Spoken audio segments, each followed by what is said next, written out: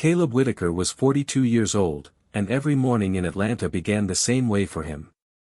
At 4:38, before the first blue edge of daylight touched the windows, he was already awake, standing in the small kitchen of the house he had spent 12 years paying for and repairing with his own hands. He made coffee strong enough to hold him through a double shift, packed his lunch in the same black cooler with the cracked handle, and checked the calendar on the refrigerator before leaving for the distribution center where he managed overnight logistics for a regional freight company.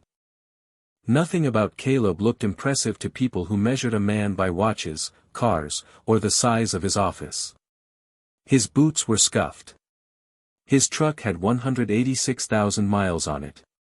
His work shirts always smelled faintly of cardboard, diesel, and laundry detergent. But bills were paid before they were due. His mother's prescriptions were picked up every other Friday. The porch light stayed fixed. The grass stayed cut. When his wife Monique wanted new marble countertops, he installed them himself over 3 long weekends, measuring each slab under a yellow garage light while she complained that a real contractor would have finished faster. Caleb never answered that kind of comment. He had learned over the years that silence could hold more dignity than explanation. By the time he pulled into the driveway that Thursday evening, the sky had gone the color of wet steel. A light rain tapped against the windshield, and the neighborhood looked ordinary in the way life looks right before it stops being ordinary at all. The garage light was on. Monique's white Mercedes sat angled across her side of the driveway, too far over the line, like she had arrived in a hurry and did not care who noticed.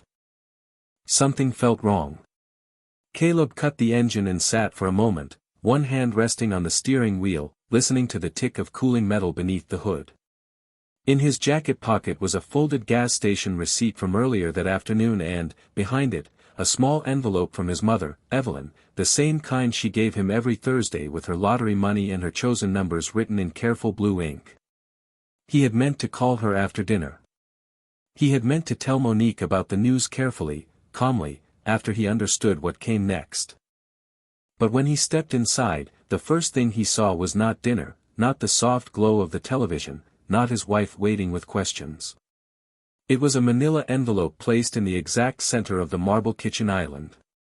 Monique sat behind it in a white suit he had never seen before, her hair pinned smooth, her phone face down beside a half-empty glass of wine. On the wall behind her, their wedding photo hung beneath the recessed light, both of them younger, smiling at a future neither of them had understood. The television in the living room was muted, but Caleb could read the banner moving across the bottom of the screen. A winning lottery ticket worth $700 million had been sold in Metro Atlanta. His chest tightened, not from surprise, but from the timing. Monique pushed the envelope toward him with 2 fingers. "I had these drawn up," she said. Her voice was even, almost professional. Caleb looked down. Divorce papers. The top page was clean, sharp, already marked with colored tabs where signatures were expected. For a moment, all he heard was the rain ticking against the kitchen window and the low hum of the refrigerator. He did not touch the papers yet. He looked at the date in the upper corner. Then he looked again. 6 weeks old. The detail did not match. Before we go deeper into what Caleb discovered that night, tell us where you're watching from and do not forget to subscribe, because what happened next changed everything. Caleb stayed silent. He noticed the overnight bag near the hallway, the car keys beside Monique's wine glass, the faint trace of expensive perfume that did not belong to any ordinary night at home. He noticed how she watched his face, waiting for panic, maybe anger, maybe pleading. He gave her none of it. "You sure this is what you want?" he asked. Monique leaned back slightly, as if his calm irritated her more than any outburst could have. "I'm done pretending this marriage was enough," she said. Caleb let the word settle. Then his eyes dropped again to the divorce packet, to the first page, to the printed name of her attorney. Preston Hale. He had never heard that name from his wife before. But just as he reached for the envelope, Monique's phone lit up on the counter, bright against the dim kitchen, and a message preview appeared from a name Caleb did recognize from a dinner reservation receipt he had found 2 months earlier. Derek Mallory. The message was only 7 words long, but it made the room feel suddenly colder. File before he claims it. Trust me. Caleb did not pick up Monique's phone. He did not ask who Derek Mallory was. He did not read the message out loud or give her the satisfaction of seeing the name land in his face like a wound. He simply let his eyes rest on the screen for one quiet second, long enough to understand that the night had more layers than the papers on the counter. Then he looked back at his wife as if nothing had happened. The rain outside grew harder, tapping the kitchen window in uneven bursts. Somewhere down the hall, the laundry machine shifted into its spin cycle, a low domestic rumble that made the whole house feel strangely normal. That was what disturbed him most. The house still smelled like lemon cleaner and reheated coffee. Their wedding photo still hung in the same place. The family calendar still showed his mother's appointment circled for Friday morning, written in Caleb's block letters because Monique never remembered those things.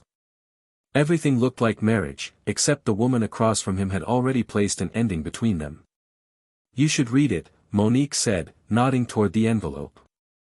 Her voice carried the careful confidence of someone who had rehearsed this moment in a room Caleb had never been invited into. He slid the papers closer and opened them with slow hands. The first page named both of them in clean legal language, stripping 12 years down to Party 1 and Party 2. The house was listed. The joint savings account was listed. His truck was listed with an estimated value so low it almost would have been funny on another night. Then came the section marked Anticipated Marital Assets, and Caleb felt the smallest shift inside him. Not anger. Not fear. Recognition. Monique had underlined a phrase with blue ink, pending lottery proceeds. She had not even waited for the money to exist in an account before reaching for it.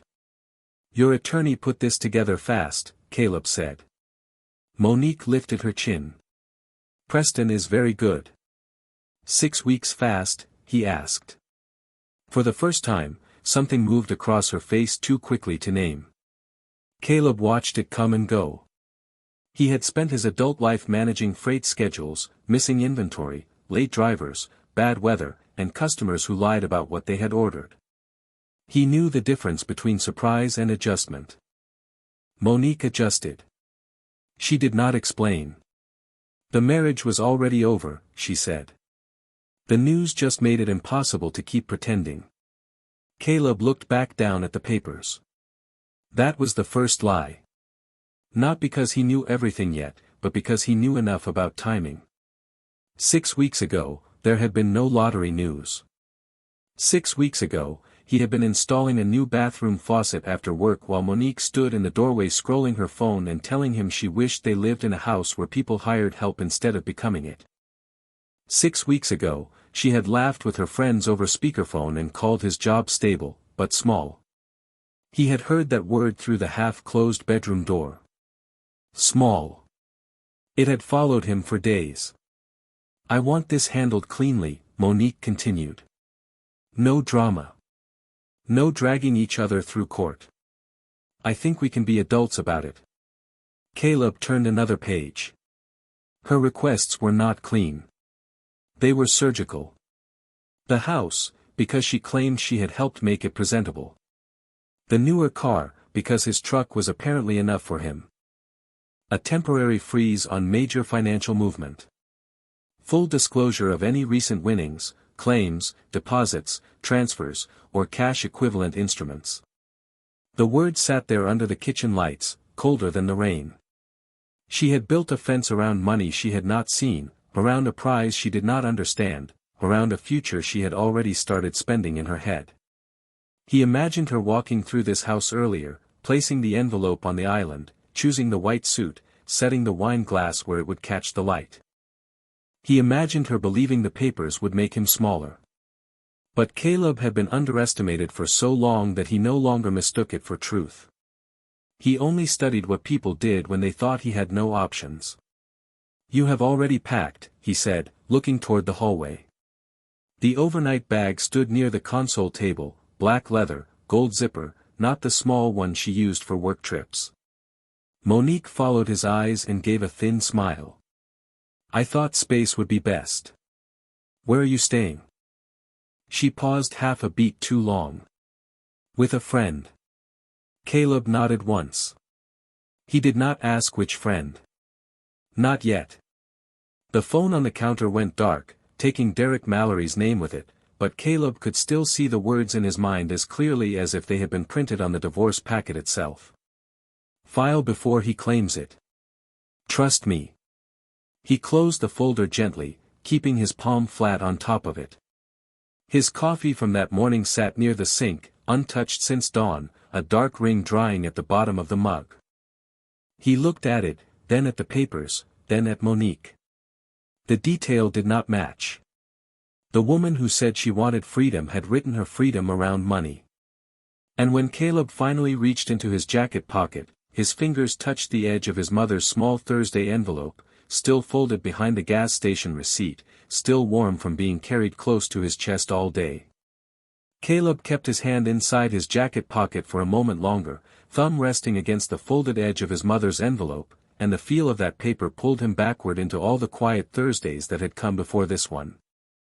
Every week, usually after his shift and before the evening traffic thickened on Interstate 285, he stopped by Evelyn Whitaker's small brick house on the west side, the one with the blue porch rail and the wind chimes that sang even when the air barely moved. His mother would be waiting at the kitchen table with her reading glasses low on her nose, a mug of peppermint tea beside her, and a white envelope pressed flat under one hand like it was important business. She never called it gambling. She called it her little prayer with numbers. Caleb never corrected her. The numbers changed only when life changed. His birthday. Her anniversary. The date his father passed. The day Evelyn finished paying off the last medical bill from the year that almost broke her. They were not random to her. They were a record of survival, written in digits because some feelings were too heavy to say out loud every week. She would slide the envelope across the table with $12 inside, sometimes $20 if she wanted extra plays, and Caleb would write the numbers again on the outside in his own careful handwriting so there would be no mistake. Then he would drive to Ellis Market, a corner store tucked between a tire shop and a small barber shop, where Mr. Raymond Ellis had known him since Caleb was tall enough to carry grocery bags for his mother. The bell over the door always gave the same tired ring. The floors always smelled faintly of bleach, fried chicken from the warmer, and old coffee. Raymond would look up from behind the lottery machine and say, "Same Thursday numbers for Miss Evelyn?" And Caleb would answer, "Same as always." It was such a small ritual that no one in the world would have thought it mattered. That was the thing about evidence. Most of it looked ordinary until the day ordinary became the only thing strong enough to hold the truth. Caleb remembered the receipt from that afternoon, still folded in his pocket behind the envelope. He remembered Raymond printing the ticket, sliding it across the counter, and tapping it twice with 2 fingers the way he always did. He remembered taking a photo of the ticket on the scratched glass counter and sending it to his mother before he even left the store. He remembered Evelyn replying with 3 words, "God be kind." He had smiled when he saw it, sitting in his truck under the fading sun, never imagining that by nightfall those same words would feel less like hope and more like a warning. In the kitchen, Monique was still watching him. The rain had softened now, turning into a mist that blurred the reflection of the porch light in the window. Caleb pulled his hand out of his pocket without removing the envelope. Not yet. He looked at the divorce packet again, at the line demanding full disclosure of recent winnings, and thought about how many times Monique had laughed at his Thursday stops.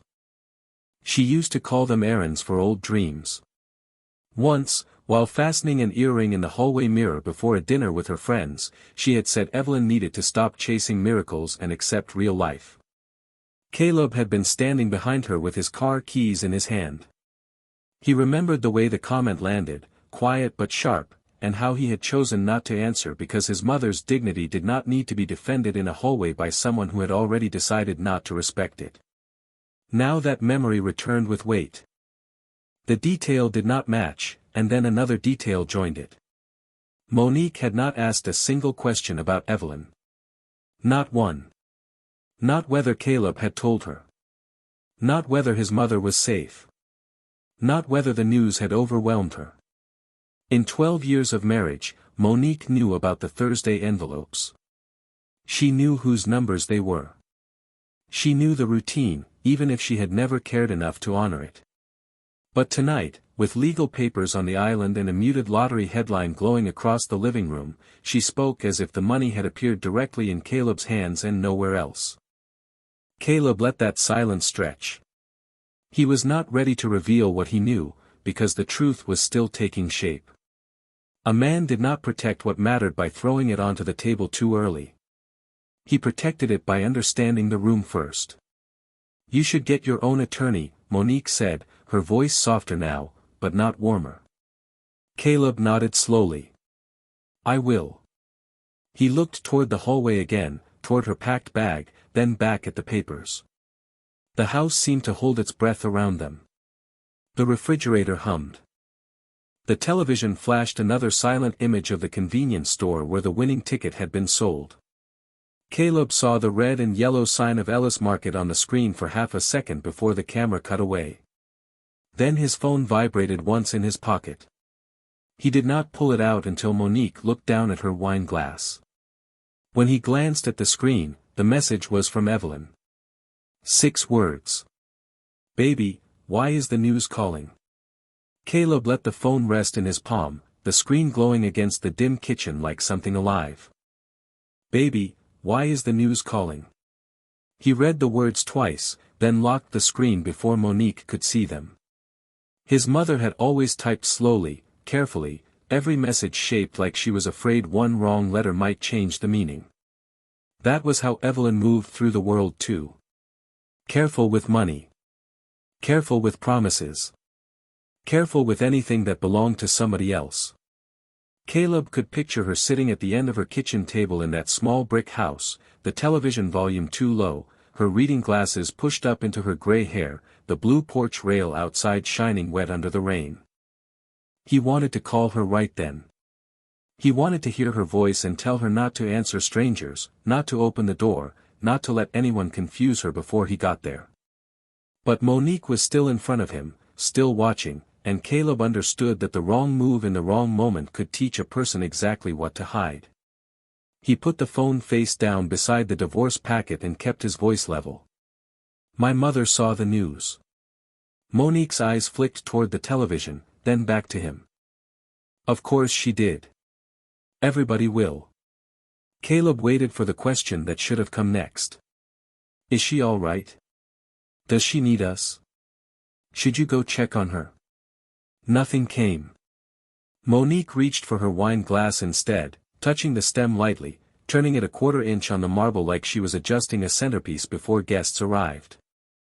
The silence told Caleb more than an argument would have. He remembered the first time he had brought Monique to Evelyn's house, 12 years earlier, when the paint on the porch was fresh and his mother had made smothered chicken, collard greens, and cornbread because she still believed feeding people was a form of welcome. Monique had smiled that night. She had said all the right things. But on the drive home, with the city lights sliding over the windshield, she had asked Caleb if his mother planned to live in that neighborhood forever. He had heard the question beneath the question. Not concern. Distance. Over the years, that distance became part of the marriage, quiet at first, then comfortable enough to show itself. Monique did not refuse Sunday dinners, but she arrived late and checked her phone under the table. She did not insult Evelyn directly, but she praised other women for knowing how to enjoy retirement properly. She did not tell Caleb to stop helping his mother, but every prescription pickup, every repair, every grocery run seemed to add another small mark beside his name in some private ledger he never got to see. And still, every Thursday, Evelyn's envelope waited for him. Sometimes it sat under a magnet on her refrigerator. Sometimes it was tucked beneath her Bible on the kitchen table. Sometimes, when her knees bothered her, she would call him from the porch and say, "Baby, I left it in the mailbox. Do not forget my numbers." Caleb never forgot. He would take the envelope, drive to Ellis Market, buy the ticket, take a picture, and send it back before placing the paper in the small metal box Evelyn kept in her pantry for receipts, warranties, and anything she believed might matter later. She was not a wealthy woman, but she respected records. Caleb had learned that from her long before he learned it from work. Write it down. Keep the receipt. Do not trust memory when paper can speak for you. In the kitchen, the muted television cut to footage of Ellis Market again. Rain streaked across the camera lens outside the store. A reporter stood beneath the red awning, smiling too brightly for the hour, while the words "winning tickets sold here" flashed beneath her. Caleb saw the lottery machine through the front window behind her. He saw the strip of counter where Raymond always slid the tickets across. He saw, for 1 second, the scratched glass where he had taken that photo for Evelyn that afternoon. His phone vibrated again. This time it was not a text.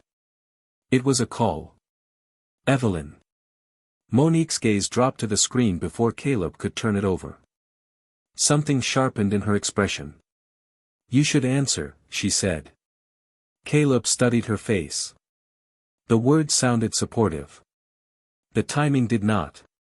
He picked up the phone and walked toward the hallway, not fast, not slow, carrying himself with the same calm he used when a shipment disappeared between warehouses and everyone else started blaming the weather. He stopped near the framed family calendar, close enough to hear the rain at the front door, far enough that Monique could not read his face clearly. "Hey, Ma," he said. Evelyn's voice came through thin and shaken. "Caleb, there are people calling the house. One woman said she was from the lottery office, but she knew my name." "How does she know my name?"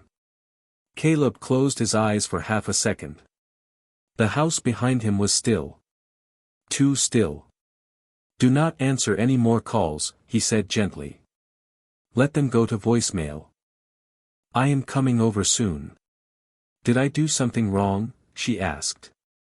The question landed harder than it should have. Caleb opened his eyes and looked back toward the kitchen. Monique was standing now, her wine glass abandoned, her phone in her hand, her overnight bag still waiting by the hall table. "No, Ma," Caleb said, his voice quiet. "You did everything exactly right." And as he said it, Monique's phone lit up again on the kitchen island, too far away for him to read fully, but close enough for him to see the same name appear, Derek Mallory. Caleb ended the call with Evelyn before his mother could hear the change in his breathing. He told her again not to answer unknown numbers, promised he was coming, and waited until the line went quiet before lowering the phone from his ear. The hallway felt narrower than it had a minute earlier. The family calendar hung beside him with its neat boxes and ordinary reminders: oil change, pharmacy, water bill, Evelyn Friday 9:30, and for one strange second Caleb thought about how a life could look organized on paper while falling apart in the rooms around it. He walked back into the kitchen slowly. Monique had picked up her phone. She was not speaking, but her thumb moved fast across the screen, then stopped when she realized he was watching. "Is your mother all right?" she asked. It was the right question, but it arrived late and empty, like a line remembered after the scene had already passed. Caleb nodded. "She is shaken." Monique's expression softened just enough to be believable from a distance. Up close, Caleb saw calculation around the edges. "People are going to call," she said. "That is what happens with money like this. Money like this. Not shock. Not concern. Possession." Caleb looked at the divorce papers again, then at the overnight bag, then at the phone in her hand. He had spent too many years solving problems other people tried to hide beneath clean language. Missing freight was never missing at first. It was delayed, misplaced, mislabeled, redirected. People renamed things because the real word made them responsible. Monique had renamed greed as freedom. She had renamed timing as coincidence. And now she was trying to rename panic as planning. He moved toward the sink and rinsed his old coffee mug, letting the water run longer than necessary so he could think without being forced to speak. The kitchen light reflected off the marble countertops he had installed one section at a time, the same countertops Monique once said made the house almost respectable. Almost. That word had stayed with him too.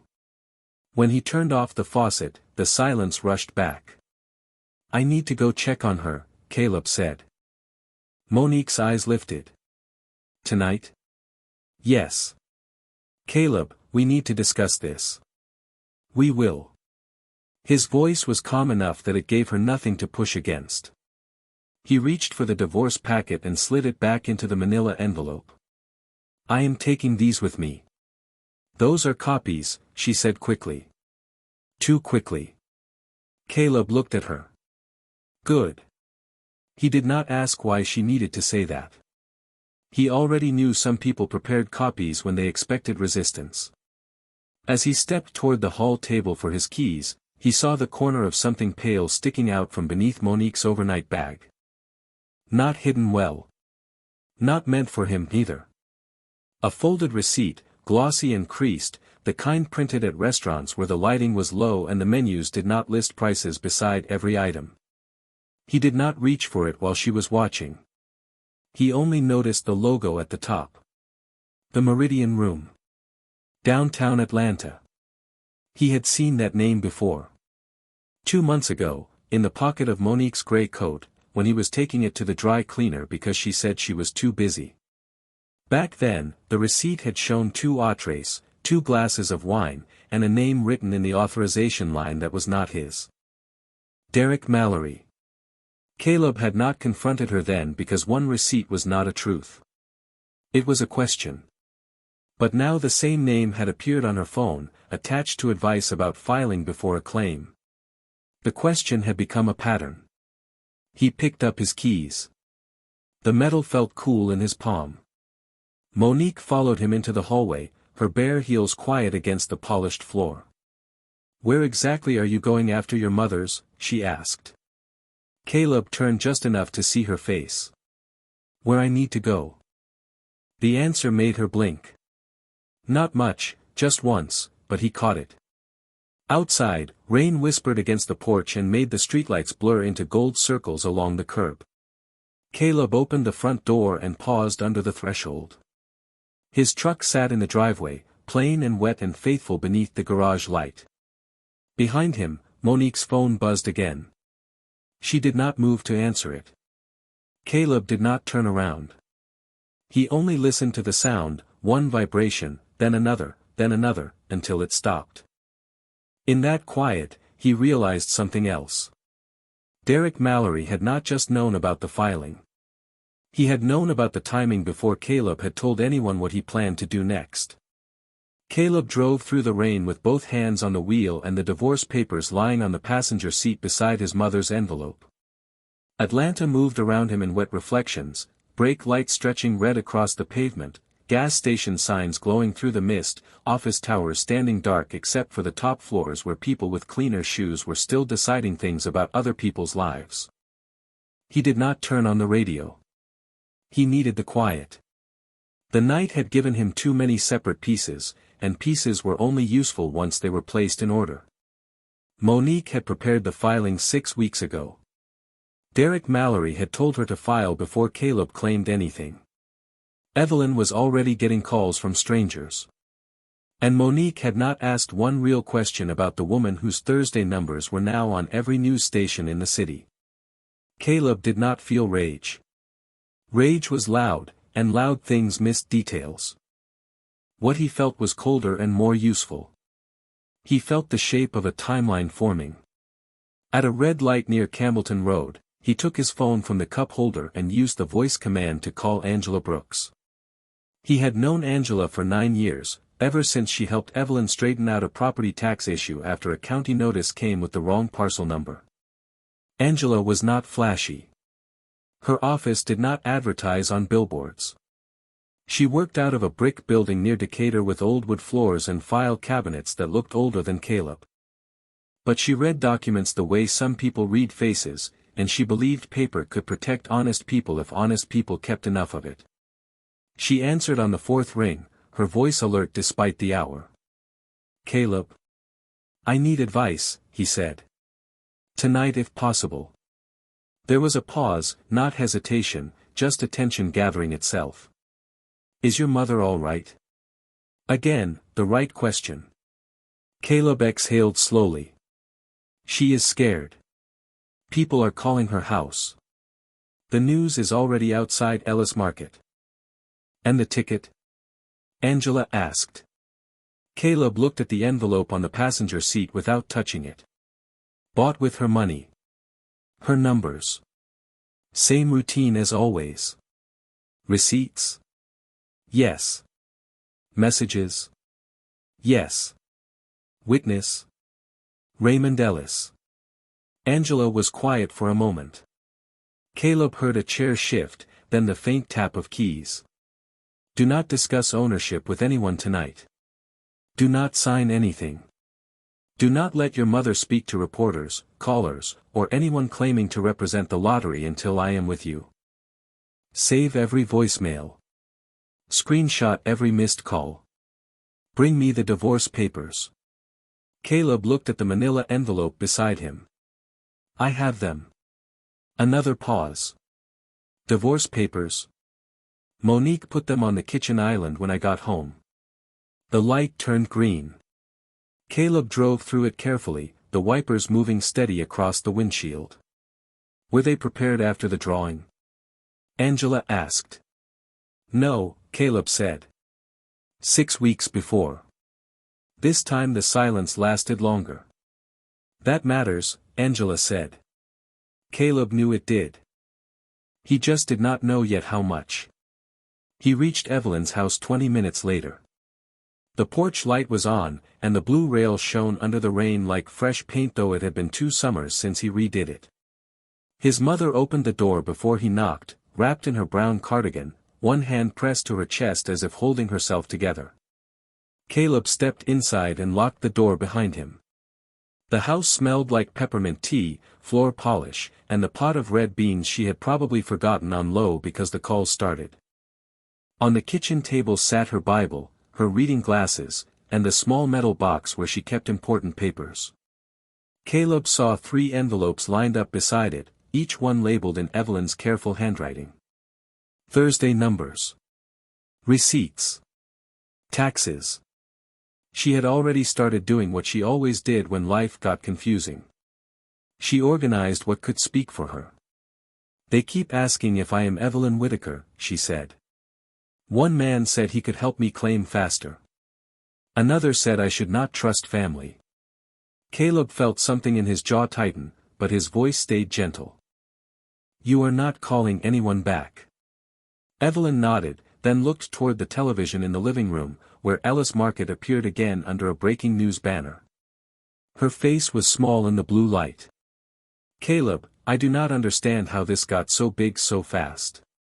He set the divorce papers on the table, away from her envelopes, and sat across from her. I do not either. Not all of it. He opened the metal box only after she nodded permission. Inside were years of receipts held together with rubber bands, pharmacy slips, appliance warranties, insurance letters, and lottery tickets from old Thursdays that had meant nothing until this one. Then he found the newest receipt, folded behind the photograph he had sent her that afternoon, already printed and placed in the box. Same time. Same store. Same numbers. Caleb placed it beside the envelope from his pocket and took a photo of both with his phone. He was not building revenge. He was building proof. And when Evelyn's landline rang again, both of them looked at it, listening as the machine picked up. A man's voice filled the kitchen, smooth and confident, saying he was calling on behalf of Derek Mallory Financial Strategies, and Caleb went completely still. Caleb did not move while the voicemail played. Evelyn's kitchen seemed to shrink around the sound of that man's voice, smooth as polished glass, too calm for the hour, too familiar with a name he had no right to use. Mrs. Whitaker, this is Nathan from Derek Mallory Financial Strategies. We understand this is an overwhelming moment, and we would like to help you protect your interests before certain family members make decisions on your behalf. The message continued for another 20 seconds, dressed in courtesy and concern, but Caleb heard the shape beneath it. Pressure. Speed. Isolation. Whoever had given them Evelyn's number wanted her uncertain before anyone honest could steady her. When the machine clicked off, Evelyn looked at Caleb with frightened eyes. I do not know that man. I know, Caleb said. His voice stayed low. He took a photograph of the caller identification screen, then wrote the time on the back of an old grocery receipt because paper in his mother's house always found a way to become useful. Do not erase that message. Was that the same name from your house? She asked. Caleb looked at her. His mother noticed more than people thought. Maybe that was where he had learned it. Yes, he said. Same name. He did not tell her everything. Not because he wanted secrets between them, but because fear could become heavy in a room like this, and Evelyn had carried enough. He collected only what Angela had asked for. Screenshots of missed calls. Photographs of the receipt. The time-stamped picture he had sent Evelyn from Ellis Market. The envelope with her handwriting on it. The old metal box with years of Thursday receipts stacked like a quiet history no one had cared about until now. Then he placed Monique's divorce packet on the table and opened it again under the warm kitchen light. Evelyn sat across from him, hands wrapped around her tea, watching without asking. Caleb turned to the first page. Then the second. Then the signature section. The more he read, the clearer the trap became, only not in the way Monique had intended. Her attorney had built the filing around assumptions. Anticipated proceeds. Emergency disclosure. Temporary preservation of assets. Language designed to make Caleb look like a man preparing to hide wealth from his wife. But the date at the top kept pulling his eyes back. 6 weeks earlier. Before the drawing. Before the news trucks. Before the headline. Before anybody outside this kitchen could have known the ticket would matter. Caleb took a picture of that date. Then another of the section about recent winnings. He did not smile. There was nothing funny about a marriage turning itself into evidence. He called Angela again from Evelyn's back porch so his mother would not have to hear every word. The rain had thinned to a cold mist, and the porch boards creaked softly beneath his boots. Across the street, a neighbor's porch light flickered. Somewhere far off, a siren rose and faded into the city. I have the papers in front of me, Caleb said. The filing date is 6 weeks old. But there is language about lottery proceeds added into the copy she gave me tonight. Angela was quiet for 2 beats. Are you sure it is part of the original document and not an attachment? Caleb turned the packet under the porch light, looking at the page numbers, the font, the slightly different shade of paper on the asset addendum. There it was. The detail did not match. The addendum looks newer, he said. Different paper. Same packet. Angela exhaled through her nose, the sound controlled, almost sharp. That is important. Bring everything to my office first thing in the morning. Do not accuse her. Do not warn her. Let her believe the paperwork scared you. Caleb looked through the kitchen window at his mother, small and steady beneath the yellow light, carefully placing the newest receipt into a clear plastic sleeve. She thinks the papers gave her leverage, he said. They gave us a timeline, Angela answered. Caleb let those words settle. A timeline. Not revenge. Not payback. A timeline. It sounded almost plain, but he felt the power in it. Monique had walked into that kitchen wearing confidence like armor, thinking the man she had underestimated would fold at the sight of legal language. Instead, she had handed him dates, pages, signatures, demands, and one mistake after another. Caleb ended the call and stood there in the mist, looking at the dark street where rainwater ran along the curb in thin silver lines. His phone buzzed again before he reached the door. This time it was a text from Monique. We need to keep this between us until Preston files the emergency motion tomorrow. Caleb read it once, then saved a screenshot, because now he knew the trap had already started moving. By the next evening, Caleb had slept less than 3 hours, but his mind had the hard clarity that came after a night of sorting fear into facts.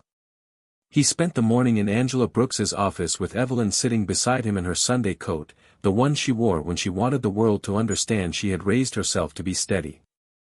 Angela took copies of everything. The receipt from Ellis Market. The photograph of the ticket on the glass counter.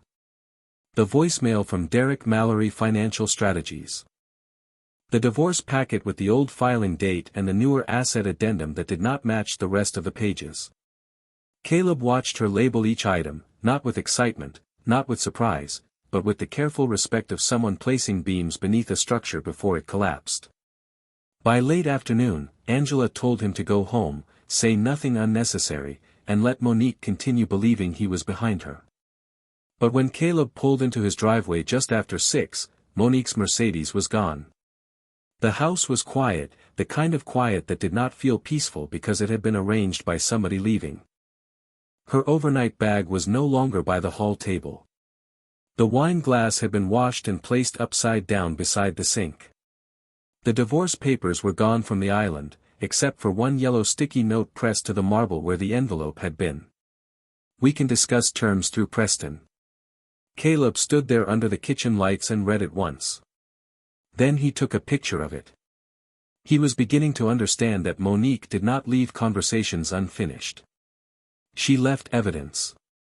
He was putting his keys in the bowl by the door when his phone buzzed with a notification from social media. He rarely checked it. His account mostly held pictures from family cookouts, work anniversaries, and Evelyn's birthday dinners. But Monique had tagged him in nothing. It was not a tag. It was a post from one of her friends, public, bright, and careless. A photo of a long table at the Meridian Room downtown, white plates, gold flatware, city lights behind glass, and Monique seated at the center in the same white suit from the night before. Her smile was polished.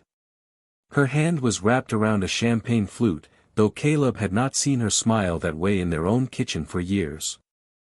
The caption read, "To new beginnings and knowing your worth."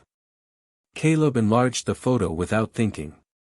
He saw the women beside her, the small designer handbags on empty chairs, the candlelight making everything look softer than it was. Then he noticed the edge of a man's sleeve at the far end of the frame, navy fabric, silver watch, one hand resting near a black leather folder. The face was cropped out.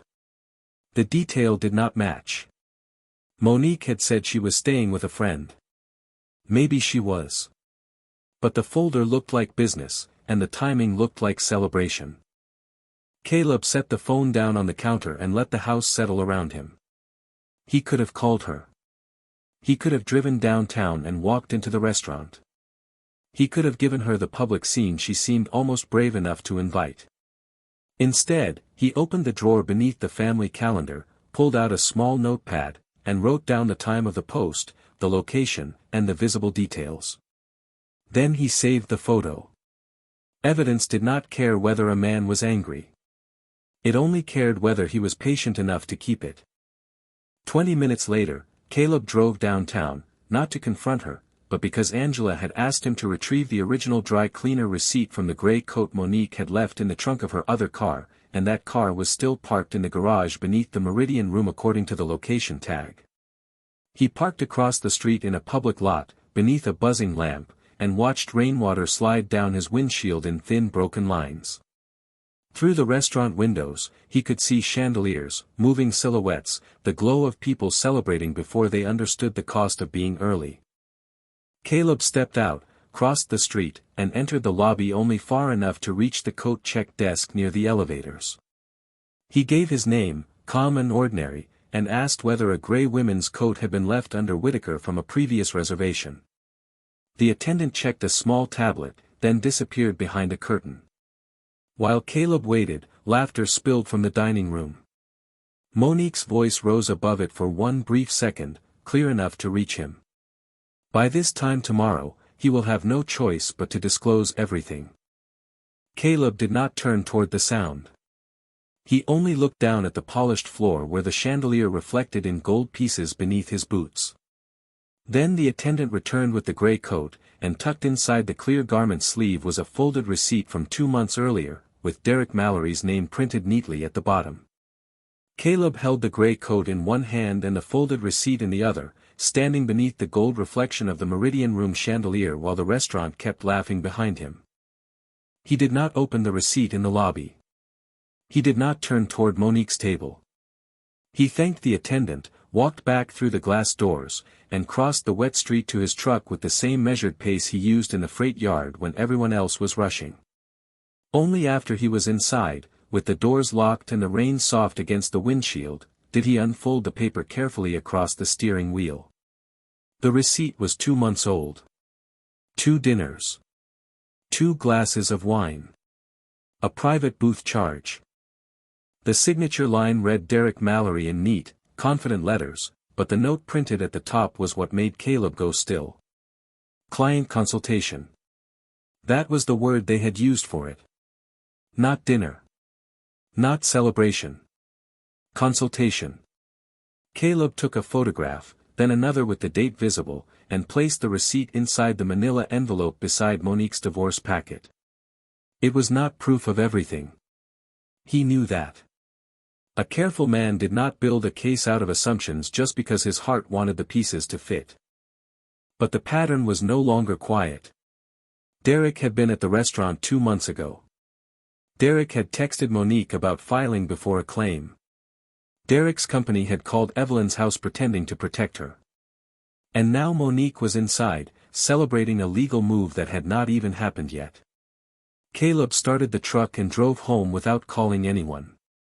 The city looked different on the way back, not because it had changed, but because Caleb had.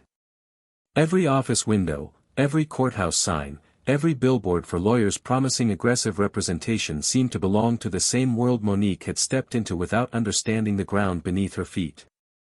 By the time he reached the house, his phone had 2 missed calls from Angela Brooks and 1 email marked urgent. He opened the email at the kitchen island, the same place Monique had left the papers the night before. Attached was a scanned copy of a notice from Preston Hale's office. Emergency motion for temporary restraining order and asset preservation. Caleb read the words slowly. Preston was asking the court to prevent him from moving, concealing, transferring, assigning, gifting, or otherwise disposing of any lottery-related asset, prize interest, proceeds, claim documents, or financial instruments connected to the winning ticket. The language was broad, polished, and sharp enough to look convincing from far away. It was built to make Caleb appear dangerous without saying the word. It was built to make Monique appear cautious without saying greedy. That was the trick of legal paper. It could dress a lie in a pressed suit. Caleb called Angela. She answered before the first ring finished. "You saw it?" she asked. "I am reading it now. Do not panic." Caleb looked around the kitchen. The marble counters gleamed under the recessed lights. The wedding photo still hung in the dining room, but now it looked less like memory and more like a document from a life that had expired without notice. "I am not panicking," he said. "Good. That filing is designed to force disclosure before they understand what they are asking for." Caleb looked down at the attachment again. "They keep calling it my asset." "Let them," Angela said. "For tonight, we respond only with preservation and representation. No argument about ownership yet. Not in writing. Not until we have the store records lined up." Caleb understood. Part of him wanted the truth placed on the table immediately, clean and final. But another part, the older part shaped by years of being underestimated, knew that revealing the truth too early gave careless people time to repaint their story. "What do you need from me?" he asked. "Everything from today. The restaurant receipt. The voicemail. The text from Monique. And tomorrow morning, I want Raymond Ellis ready to confirm the purchase routine, not just this ticket. We need history, not drama." Caleb looked toward the hallway where Monique's overnight bag had been. The empty space felt louder than her presence. "I can call Raymond." "Do not discuss details over the phone," Angela said. "Ask if he can meet us. Keep it simple." After the call ended, Caleb stood in the kitchen a long time, listening to the quiet mechanics of the house. The refrigerator. The soft click of the thermostat. Rain tapping somewhere near the vent over the stove. He opened the drawer where he kept extra notepads and wrote a clean timeline from memory. 6 weeks ago, divorce prepared. 2 months ago, Derek receipt. Thursday afternoon, Evelyn's envelope. Thursday evening, Monique's papers. Friday morning, outside calls to Evelyn. Friday night, Preston's emergency motion. Each line made the shape clearer. Not the whole truth yet, but enough to show direction. Just after midnight, his phone buzzed again. This time it was an email from Preston Hale's office sent directly to Caleb, copying Monique, with one sentence in the body. Mr. Whitaker, failure to disclose the location of the winning ticket may be viewed by the court as intentional concealment. Caleb read it twice. Then his eyes moved to the words location of the winning ticket, and for the first time that night, he realized Preston had made one mistake that could not be polished away. He had assumed Caleb had it. Caleb did not answer Preston Hale's email. He saved it, forwarded it to Angela, and placed his phone face down on the kitchen island before his hand could do something faster than his judgment. The house was still dark except for the light above the stove, a small yellow pool on the marble where Monique's divorce papers had first appeared. He stood there long enough for the anger to pass through him without being given a steering wheel. Then he opened his notepad and added one more line to the timeline. Preston assumes Caleb has the ticket. That assumption mattered. By sunrise, Caleb was outside Ellis Market with Angela Brooks and Evelyn sitting in his truck, watching the store wake up under a gray morning sky. The red awning dripped rainwater onto the sidewalk. Delivery crates were stacked beside the door. Inside, Mr. Raymond Ellis moved behind the counter with the same slow precision he had carried for 30 years, wiping the lottery machine, straightening scratch-off displays, checking the coffee urns. To anyone driving past, it was an ordinary corner store on an ordinary Friday morning. To Caleb, it felt like the one place in the city where the truth still had fingerprints. Evelyn sat quietly in the back seat, her purse held in both hands on her lap. She had dressed carefully, not fancy, but proper, a navy dress, low black shoes, and the pearl earrings Caleb's father had bought her one Christmas when money had been tight and love had still found a way to be generous. Angela turned from the passenger seat and looked at her. "Mrs. Whitaker, you do not need to say more than you are comfortable saying." Evelyn nodded. "I know what I gave my son." Caleb looked at her in the rearview mirror. The sentence was simple, but it steadied him. Inside the store, Raymond greeted Evelyn first. That told Caleb something too. Not Mr. Whitaker. Not the lottery man everyone had been calling about. Miss Evelyn. Raymond came around the counter and took both of her hands gently between his. "I am sorry they have been bothering you," he said. "News people came by before we even opened."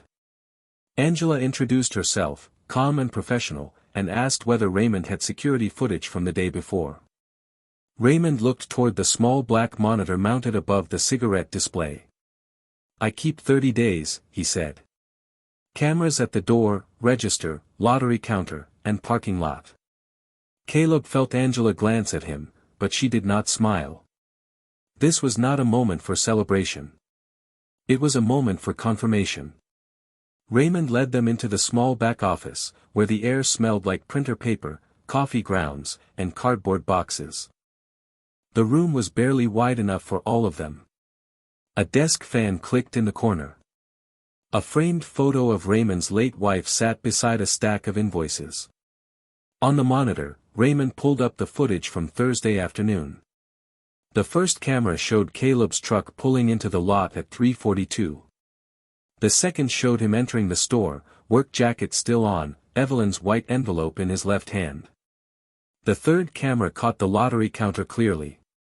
Caleb watched himself on the screen, calm and tired and unaware of how much that small moment would later have to carry. Raymond enlarged the image. Caleb placed the envelope on the counter. Raymond pointed at the screen. "That is the envelope she uses," he said. "Same handwriting. Same Thursday routine." The footage had no sound, but Raymond did not need sound to know what had been said. He had heard it every week. Same Thursday numbers for Miss Evelyn. Same as always. Angela asked Raymond to export the footage. He nodded, inserted a flash drive, and waited while the progress bar crawled across the screen. Caleb kept his eyes on the frozen image of the ticket sliding across the scratched glass counter. There it was. Not hidden. Not stolen. Not created out of panic after a headline. Just a small square of paper purchased in daylight with a routine that had existed long before Monique's attorney tried to rename it. Then Raymond opened the register archive and printed a duplicate transaction record. The timestamp matched the photo Caleb had sent Evelyn. The amount matched the cash in her envelope. The clerk identification matched Raymond.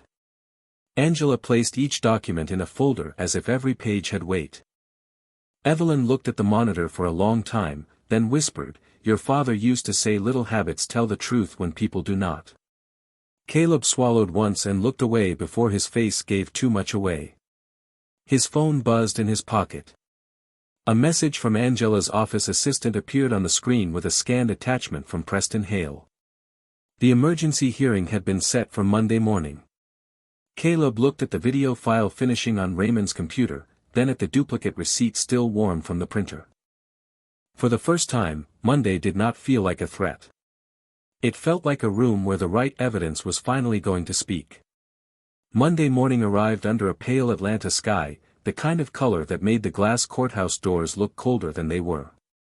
Caleb stood beside Evelyn on the sidewalk while Angela Brooks reviewed the folder one last time, her thumb resting on the tab marked Ellis Market. People moved around them in suits and polished shoes, carrying briefcases, coffee cups, and private storms hidden behind professional faces. Caleb had dressed simply in a charcoal jacket, white shirt, and the same black shoes he wore to church with his mother on Easter. Monique arrived 10 minutes later in a cream coat, stepping from the back of a black car with Preston Hale beside her. Preston was younger than Caleb expected, sharp suit, expensive watch, clean smile that belonged in rooms where people paid by the hour to be reassured. Monique did not look at Evelyn. She looked at Caleb first, then at Angela's folder, then away, as if refusing to give ordinary paper the dignity of making her nervous. Inside, the hallway smelled like floor wax, coffee, and old stone warmed by too many bodies. Caleb sat outside the hearing room with Evelyn to his left and Angela to his right. He said little. There was nothing useful left to say before the evidence said it better. Across the hall, Monique leaned close to Preston while he spoke quietly from a yellow legal pad. Caleb could not hear the words, only the tone, measured and confident, the kind of confidence that came from believing the other side was hiding something.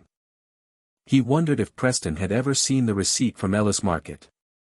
He wondered if Monique had told him about the Thursday envelopes, the photographs, the old metal box, the voicemail his own associate had left on Evelyn's machine. Maybe she had.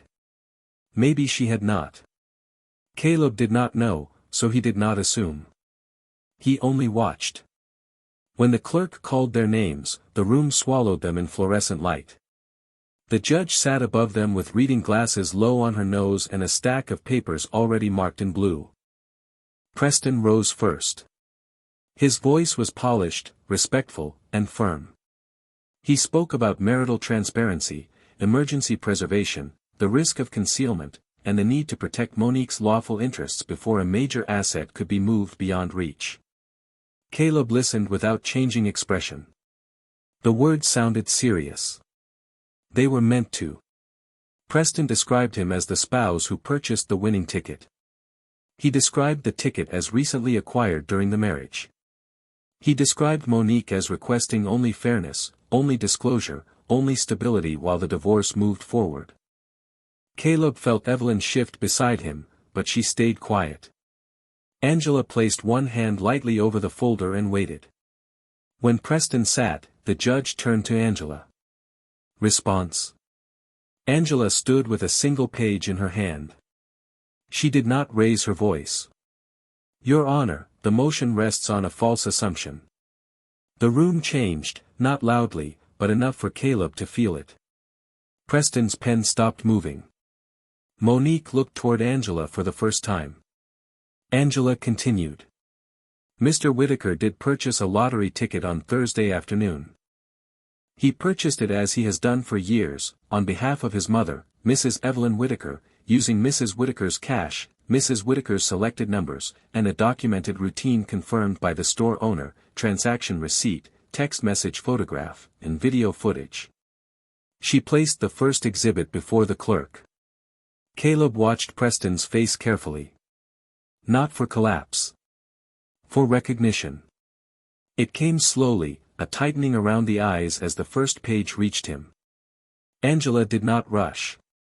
She submitted the duplicate receipt, then the still image from the lottery counter, then the screenshot Caleb had sent Evelyn, then the photograph of the envelope labeled in his mother's handwriting. Additionally, Angela said, the divorce filing appears to have been prepared 6 weeks before the drawing, while a later asset addendum concerning lottery proceeds was inserted into the packet provided to my client after the news broke. Preston turned a page faster than before. Monique's hands folded tightly in her lap. Caleb looked at the judge, not at his wife. This was not a performance for Monique. This was the moment paper began correcting the story she had tried to tell. The judge leaned back slightly. Mr. Hale, were you aware that the alleged asset was claimed to belong to the respondent's mother? Preston stood, but the first answer did not come. Only a pause. A small one, but in a courtroom, small pauses had weight. Your Honor, he said finally, we were operating under information provided to us at the time of filing. Caleb heard the careful distance in that sentence. We. Information provided. At the time. Monique turned her head toward Preston, but he was looking at the judge now, not at her. Angela placed one final document on the table. We also have a voicemail left for Mrs. Whittaker by a representative claiming to call from Derek Mallory Financial Strategies, encouraging her to protect herself before family members could act on her behalf. That call occurred before this emergency motion was filed. Preston's face lost its courtroom ease then. Not dramatically. Just enough. Caleb saw it. So did Angela. So did the judge. The hearing had not ended, and nothing had been fully decided yet, but the center of the room had shifted. Monique had walked in believing Caleb was cornered by disclosure. Instead, every document was beginning to point away from him and back toward the people who had moved too quickly. The judge did not rule from the bench right away. She asked for a short recess, and the room released its breath in pieces. Chairs shifted. Papers slid into folders. Preston Hale leaned toward Monique and spoke low enough that Caleb could not hear, but Caleb saw the change in his posture. It was no longer the easy lean of a man explaining a winning strategy. It was the careful angle of someone trying to understand what his client had left out. Monique looked smaller under the fluorescent lights, though nothing about her clothes had changed. The cream coat was still perfect. Her earrings still caught the light. Her handbag still rested beside her chair like proof of the life she believed she was stepping into.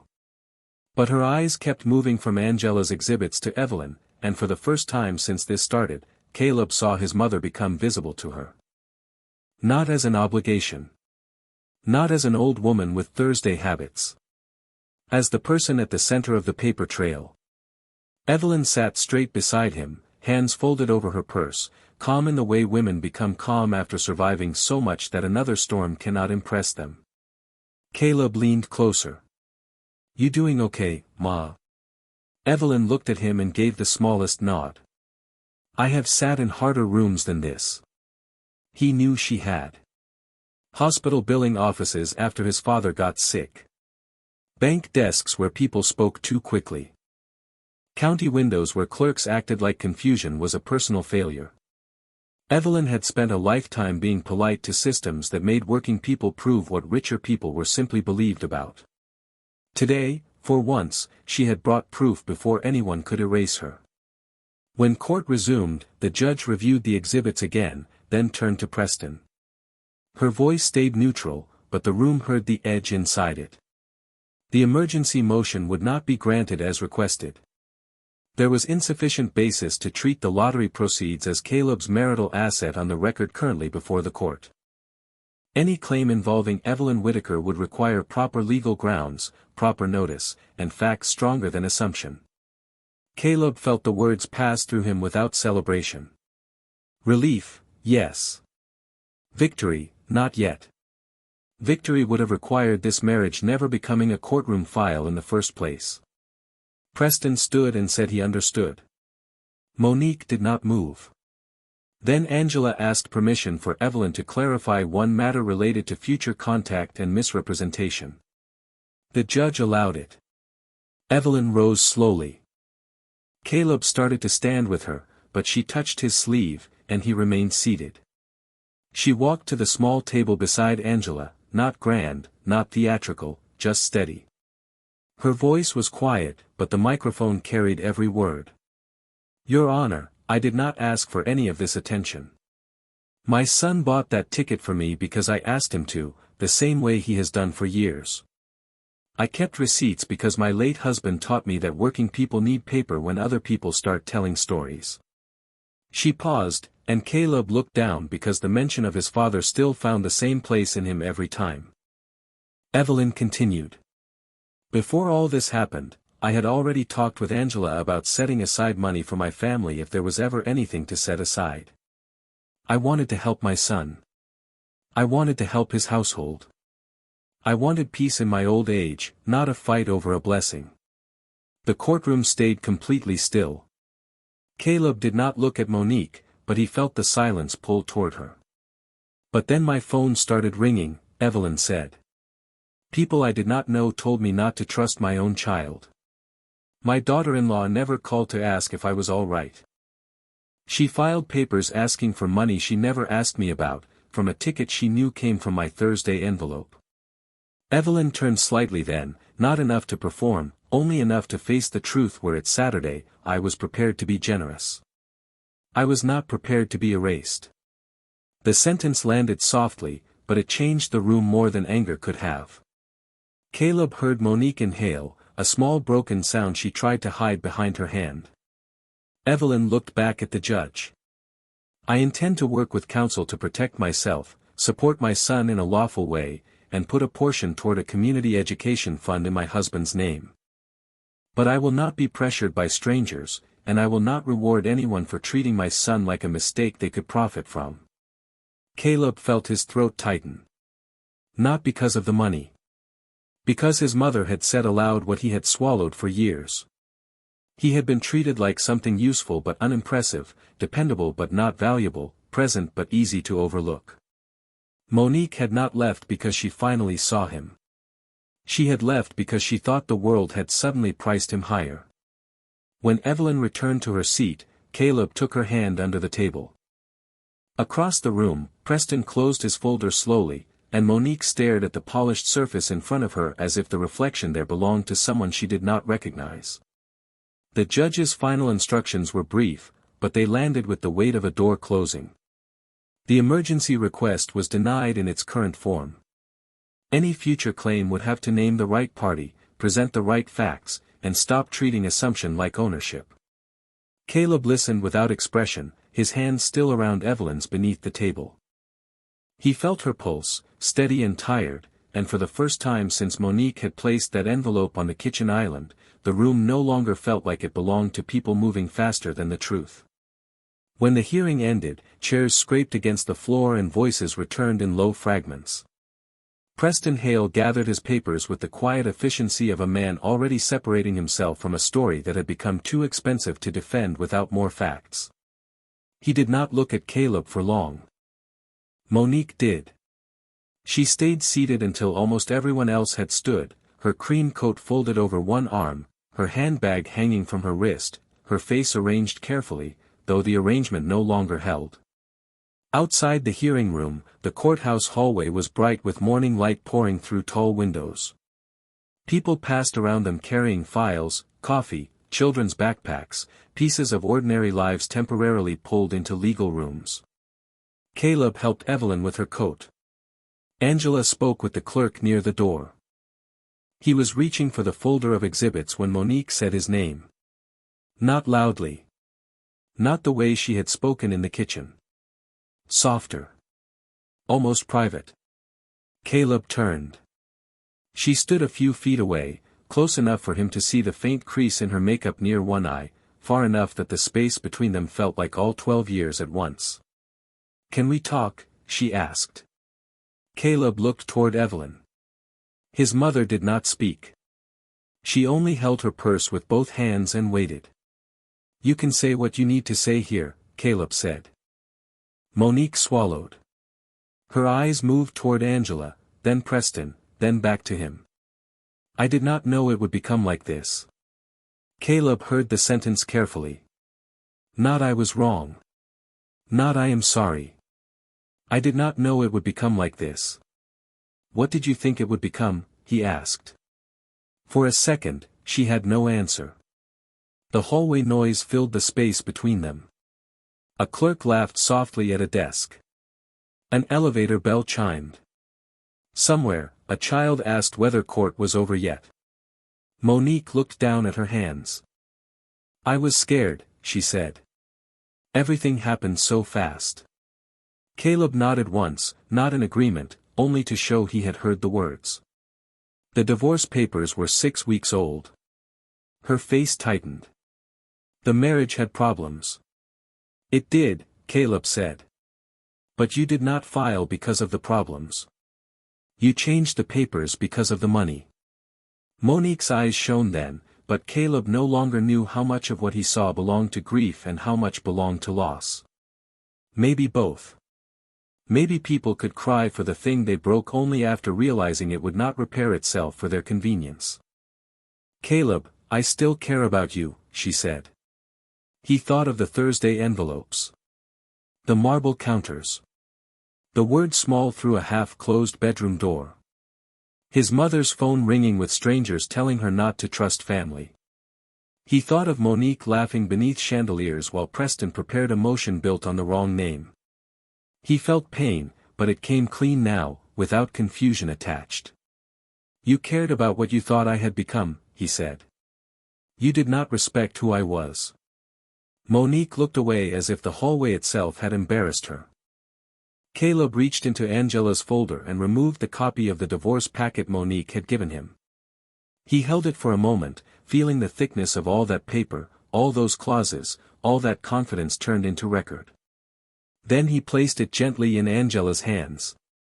"Continue through counsel," he said. It was not cruel. That made it final. Evelyn stepped beside him, and Caleb offered her his arm. They walked toward the courthouse doors together, mother and son reflected in the glass, not rich in the way reporters would soon describe them, not victorious in the way people like stories to be simple, but steady. Outside, a black SUV waited at the curb, arranged by Angela's office to keep Evelyn away from cameras. The city moved beyond it, buses sighing, traffic lights changing, wet pavement shining under the late morning sun. Caleb opened the rear door for his mother, and Evelyn paused before getting in. She looked at him with eyes that had seen him before the world had a number to attach to his name. "You were always enough, baby," she said. Caleb looked back at the courthouse, where Monique stood behind the glass doors, small now in the reflection of the city she thought she was about to own. Then he helped Evelyn into the car and closed the door gently. He had not taken revenge the way angry people imagined revenge. He had not shouted, threatened, or chased a single thing that was not his.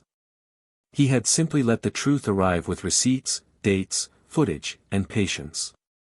And as the SUV pulled away from the courthouse, Caleb understood the lesson with a quietness deeper than relief.